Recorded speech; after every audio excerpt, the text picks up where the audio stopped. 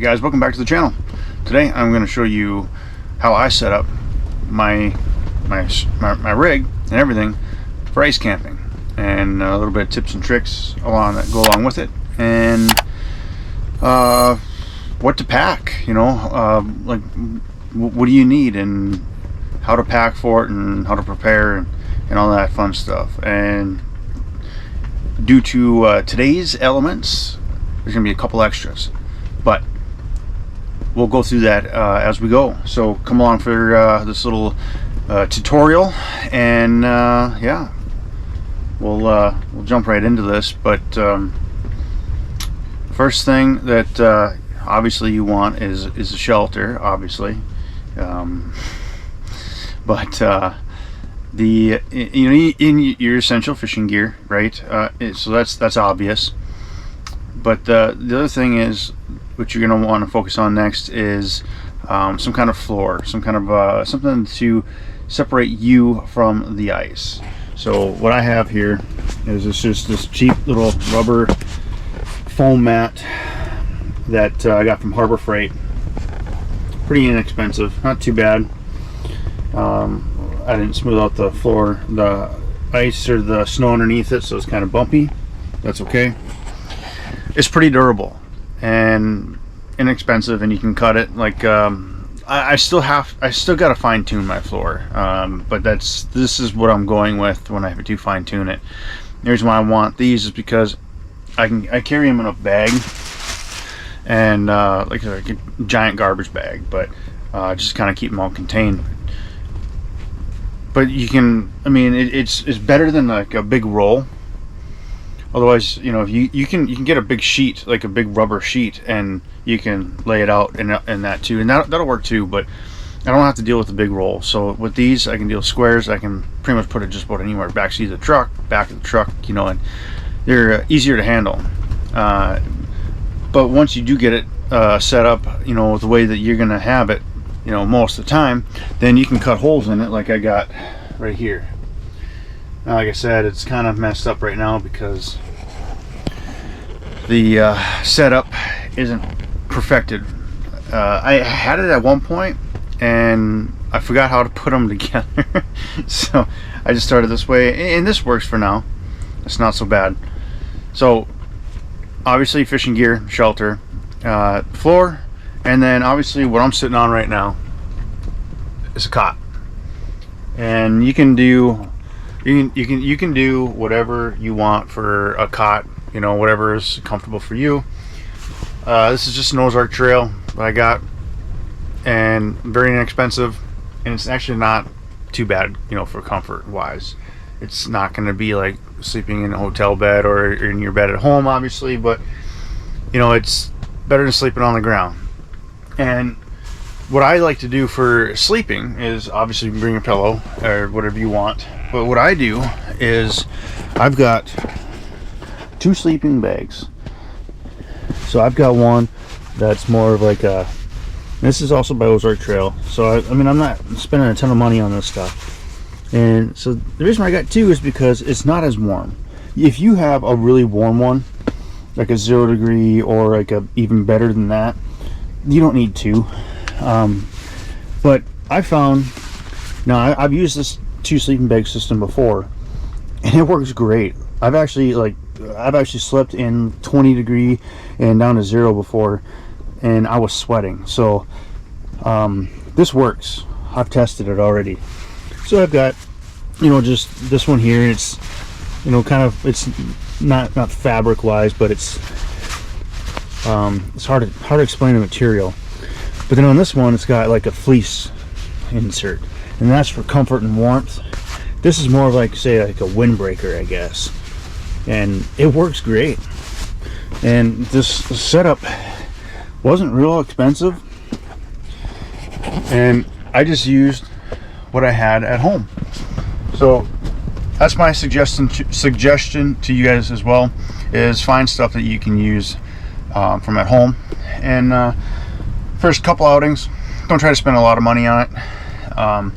Find stuff that that you can work with and perfect, because you might not like the way things situated. Like, for example, I have this set up right here, so it's hard for you to see, but there's no door here, but there's a door here.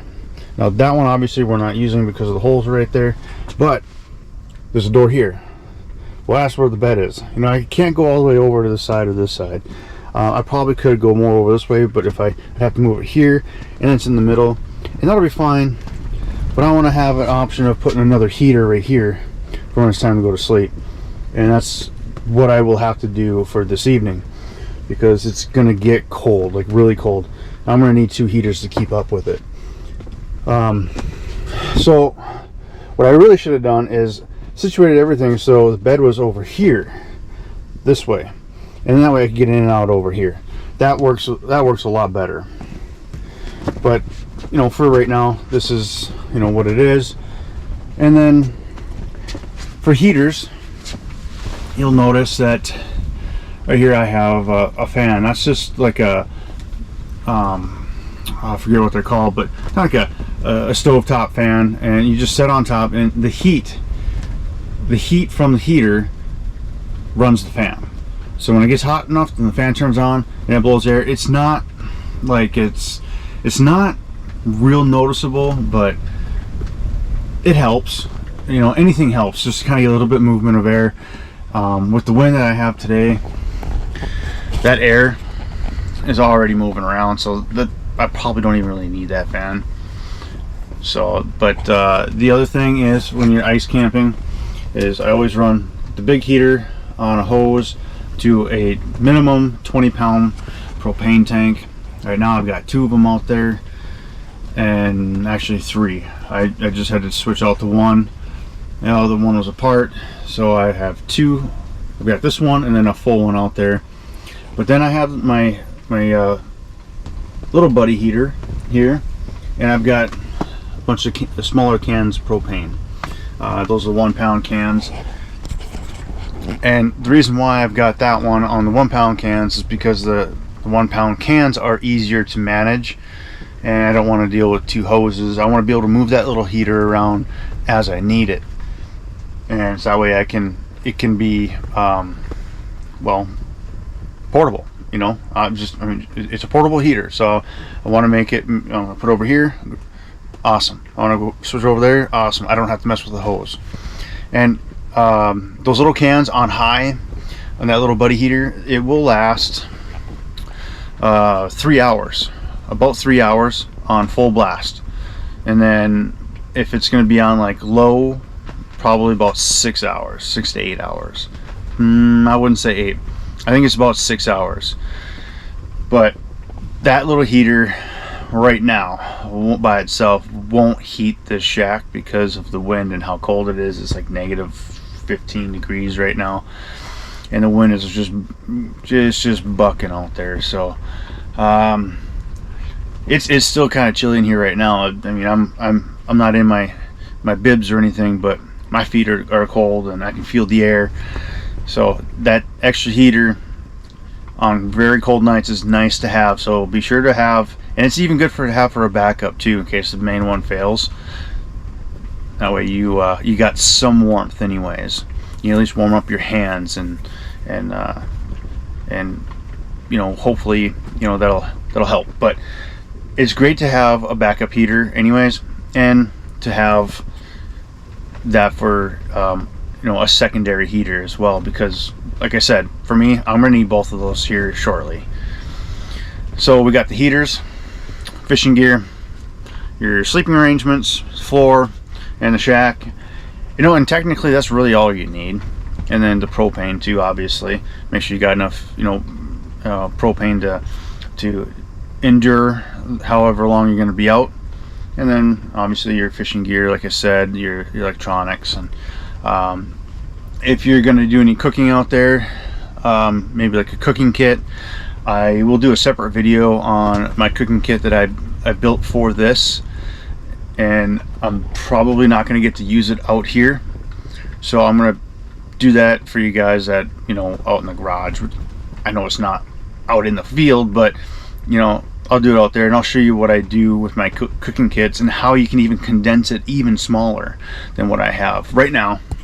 I have I have it in this bin here, and I've got my batteries and stuff sitting up on top of there as well. Just something to charge. That's the other thing too. If you're going to be out and your phone might go dead, have something around to charge, at least to charge your phone. These battery packs now. So this is a 5 amp hour battery pack, 20 volt lithium. They come with I got it buried, so I'm not going to take it out, but they come with an attachment that goes on top of the battery where you can plug in USB cords to charge phones, batteries, whatever you got to do. GoPros, for me, that's what I'm doing. But those are actually pretty inexpensive, the components to put on those batteries. And that battery, I got it at Harbor Freight, not real expensive there either. So and it works great, so I've got no complaints about it. But having something to charge your phones, your electronics, that's always good to have as well. And extra anchors just in case. As you can see over there in the corner, there's a spot where you can anchor down right here and just go down right there to hold a shack. Now you have 4 with the hub styles. You've got one here, one here, one here, and one here. So, sorry, turning the camera all over the place. So with the hub styles, you got one on every side, and on the outside, it's an anchor to go down to the ice, or a rope or a strap to go down to your anchor on the ice. So you can anchor down all 4 sides on the outside. But if you're unsure of that and you got a lot of really windy conditions, I have, and your anchors outside aren't holding the best, put these ones in as a safety precaution. Hasn't happened to me yet. I can't imagine it'd be much fun having a shack blow away while I'm still in it. So that's another safety thing you can do for that. And I guess jumping back to the heaters, one thing, if you're going to be sleeping, in this, in your setup, one thing to have is a carbon monoxide detector, an alarm here. So I've got this one here, and before you leave your trip to go test it, it's got a button here to test. I'm not going to push it right now, but I've already tested it before I came out here, and it works. So always test to make sure that it's working, and then always have flashlights, maybe a headlamp as well. I don't know, I brought out a knife. I don't even need it, but it's just something that I carry. And then what else? Lighting and ceiling. I'm sure that there's better ways. With all this stuff too, there's a lot of different setups out there, a lot of different ways to do things, and that's great. Just because I do it one way doesn't mean you're doing it the wrong way. Vice versa. There's just so many different ways to do things nowadays, but this is what works for me. And one thing I do want to revamp a little bit and hone in on is my lighting. So what I have is okay. So I've got these Hercules portable lights. They're 20 volt, run off those 20 volt batteries. Got one there and one there. And sometimes I can hang it from the center. Right now I've just got my speaker up there and then a small light and a fan. That little fan, it works okay, but it's not the greatest. I wouldn't put a lot of faith in that. But these lights are super bright and they work very well. It's just the only problem is that they hang low. So I'm going to try and rig something that I can run on these crossbars here, and that way I can run right there and then down this way as well. So something a little bit better anyway. And really all I could what I could do is just run some rope light too.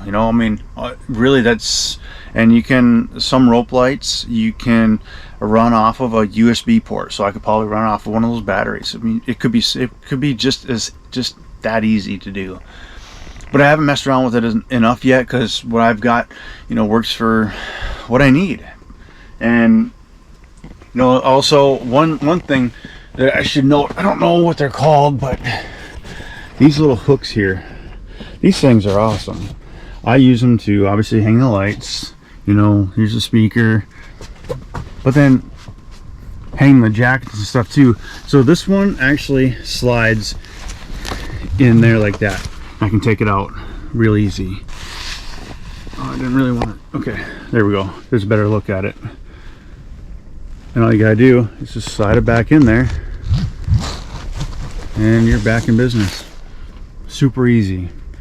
The reason why I like these ones a little bit better for the coach is because I can hang it back here a little bit, and it's not pushed so far back in the corner. But I mean, that works out really well too. So those are pretty cheap and fairly easy, you know, fairly what am I trying to say? Those are pretty cheap and they're not that expensive. So just it's some of the small things in this setup that really stands out. You know, and one thing you guys can do too is, so Clam, and you know, I'm sure some of the other hubs too, they you know, I'm not sponsored by any of these companies or anything like that, no partnerships right now, but what you could do is, let's see if I can get it better. Here, we'll do this one here. So see the hub there, they've got a bunch of different attachments. Sorry, I'm moving all over the place. And here's one that I have here. I just haven't installed it yet. It's just a rod holder, and so it would go, like for example here, it would go like right there, just like that, and then I could have the rod holder right there and work out just fine. But it's so windy right now that, oh, that's the other problem with these lights, that they hang low. I keep hitting them. It's so windy that the shack is moving all over the place and it's being pushed in and everything.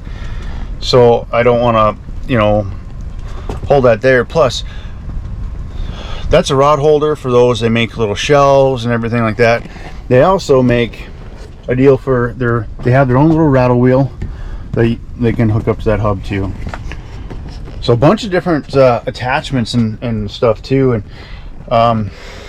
we talked about pretty much everything except for food. You know, obviously everybody's gonna bring their own stuff, right? Everybody's got their own preference. For me, beef sticks, maybe some kind of chips as a snack, and then I'm trying not to bring a lot of different things. I might for breakfast I'll bring like eggs and bacon, and I'm not gonna get to cook that because I probably won't be able to. I don't know yet. Might not be able to get to cook that out here, but I will show you guys that in another video if I can't. But well, it will be in another video regardless, because I won't do it in this video. But in that kit, so you know, sometimes I'll do just like eggs and bacon, or I'll do like soups, like canned soup, like say Hormel chili, you know, easy open tops, or you know, Progresso soup, you know, the Denimore stuff, and then you know, a lot of different soups you can do too. Just they got like chili mac, and you know, there's a lot of stuff out there. So that's what I'll do. And you know, I'll bring some water out as well, and some bottled water. And if I want noodles, I'll just bring ramen noodles, you know, keep it simple. And I'll just boil up some water, put the ramen noodles in there, and there we go, and got noodles. But other than that, I keep it pretty simple cooking wise. And I don't do a whole lot of catch and cooks out on the water or out on the lake, but I'll do one of those. I'll do a nice fishing catch and cook. But yeah, guys, I think that pretty much covers it. You know, as far as transportation, You know, this is a lot of stuff. So I don't know. Honestly, the best. Sit down.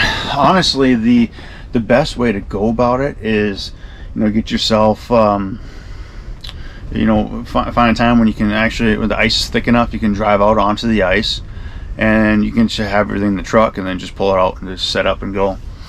You know, a lot of guys, they'll do a snowmobile or you know, a four-wheeler or you know, side by side, and then they'll just pull a large sled.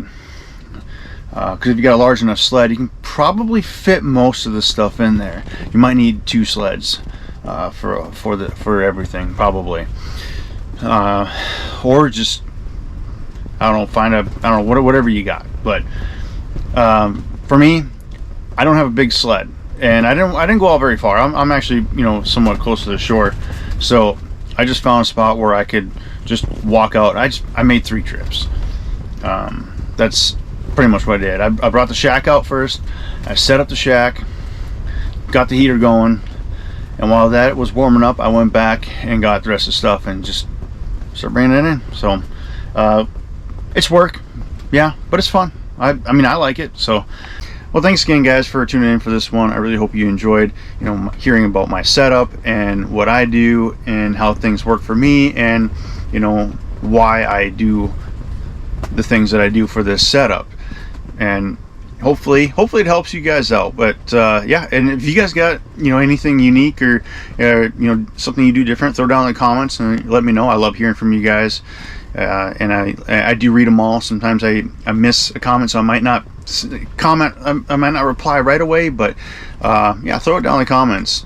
But all right, guys, I'm gonna shut it down here, shut this video down here, and yeah, thanks again. If you haven't already, please subscribe to the channel, and we'll catch you in the next video.